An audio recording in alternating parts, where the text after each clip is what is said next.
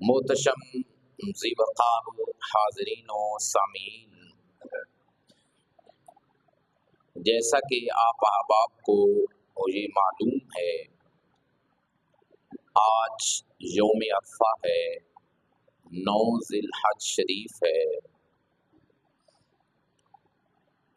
اس 9 ذی الحج کو میرے اور آپ کے آقا و مولا صلی اللہ تعالی علیہ وآلہ وسلم نے 10 ہجری 9 ذی الحج کو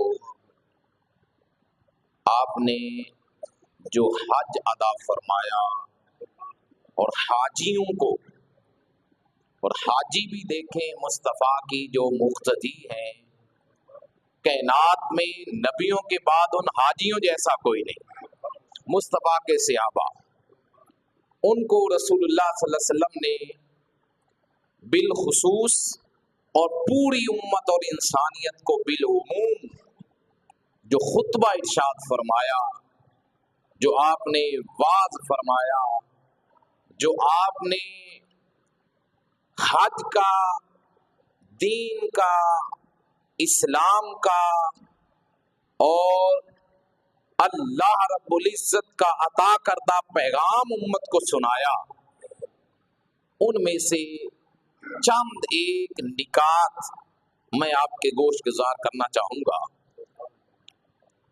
گرامی قدر،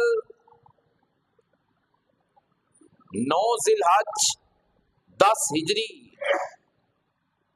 میرے اور آپ کے آقا و مولا صلی اللہ تعالی علیہ وسلم تقریباً 1.25 لاکھ صحابہ کرام کی معیت میں حج بیت اللہ کے لیے حرم مکہ میں موجود ہیں،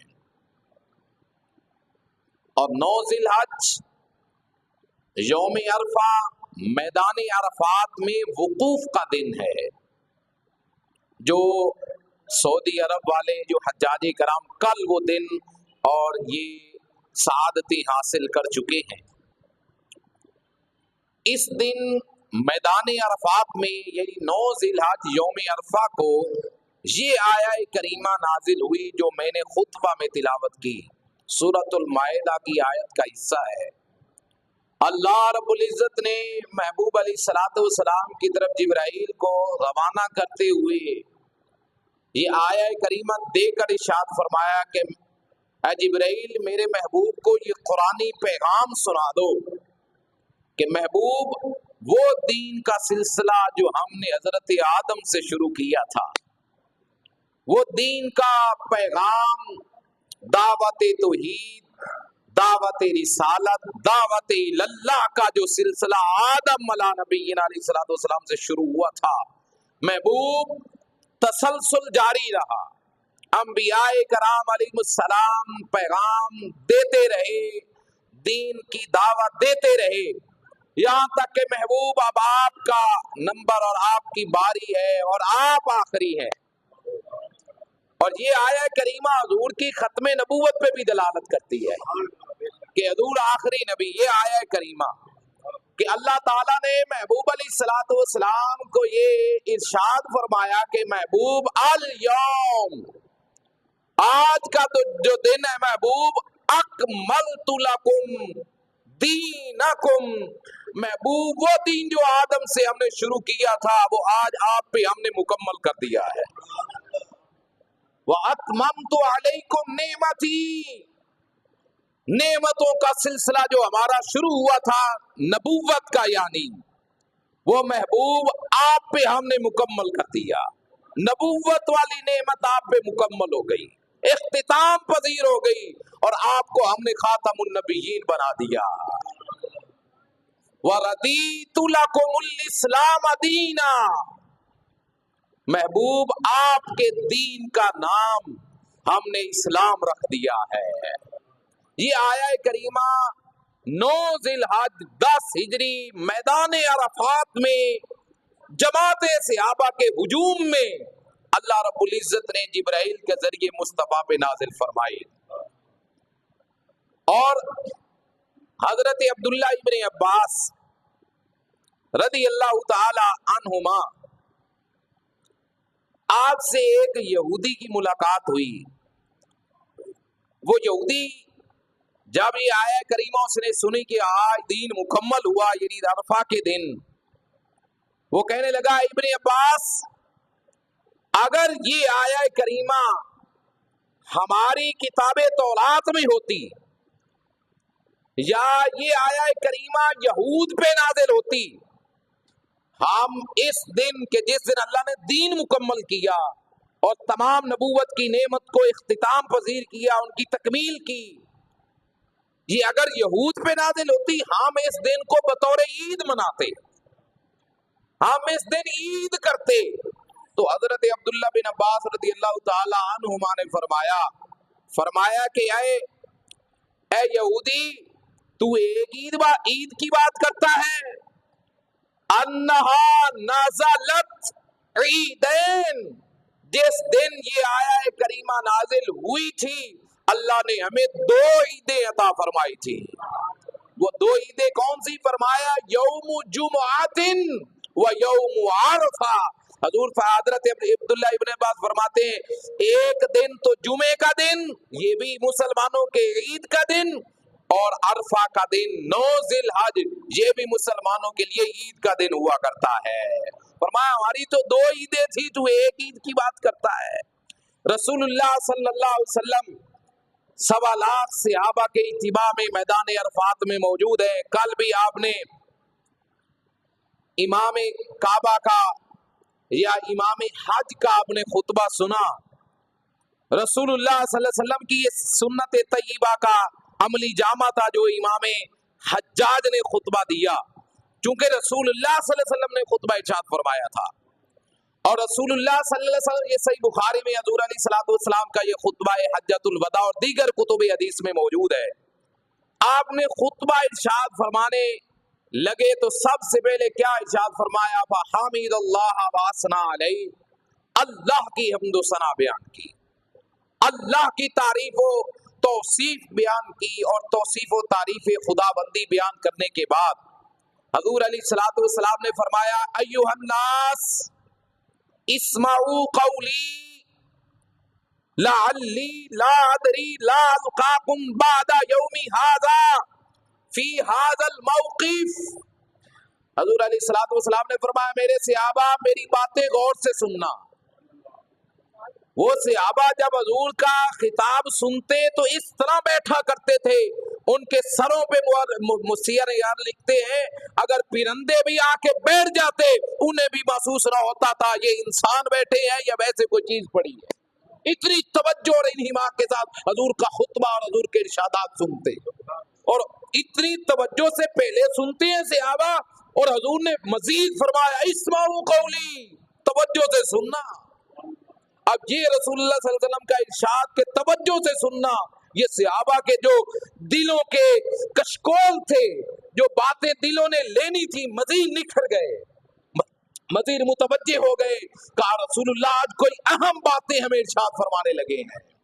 اور حضور علیہ الصلوۃ والسلام نے ساتھ یہ ارشاد فرمایا لعلی لا ادری لا القاکم بعد یومی ھذا، فرمایا کہ ممکن ہے اے میرے صحابہ اس میدان میں ہم پھر زندگی میں دوبارہ نہ مل سکیں، ہو سکتا ہے، ممکن ہے. اور جب اللہ اور رسول کی طرف لعلی کا اشارہ ہو یا اللہ کا تو یقیناً ہوا کرتا ہے. حضور نے فرمایا یقیناً صحابہ اس جگہ پہ بعد میں ہم کبھی نہیں مل پائیں گے، لا القاکم بعد یومی ھذا، دوبارہ نہیں مل پائیں گے. اب یہ دیکھو رسول اللہ صلی اللہ علیہ وسلم، پتہ نہیں لوگ کہاں سے پڑھ کے آ جاتے کہ حضور علیہ الصلوۃ والسلام کا علم تولنے لگ جاتے ہیں. یہ صحیح بخاری میں بات موجود ہے. صحابہ کرام کو حضور نے فرمایا کہ ممکن ہے یقیناً ہم اس دن میں اس جگہ پہ دوبارہ نہیں مل پائیں گے. اور یہ حضور کے علم کا اشارہ تھا کہ حضور نے 11 ہجری ربیع الاول کے مہینے میں حضور نے وصال فرما جانا ہے. صحابہ متوجہ ہو گئے کہ حضور علیہ الصلوۃ والسلام کیا ارشاد فرمانے لگے. حضور علیہ الصلوۃ والسلام نے سب سے پہلے جو ارشاد فرمایا وہ اللہ رب العزت کے حقوق کی تعمیل کا تھا. اعبدوا ربکم، اے بندگان خدا اپنے رب کی عبادت کرتے رہنا. صلو خمسکم،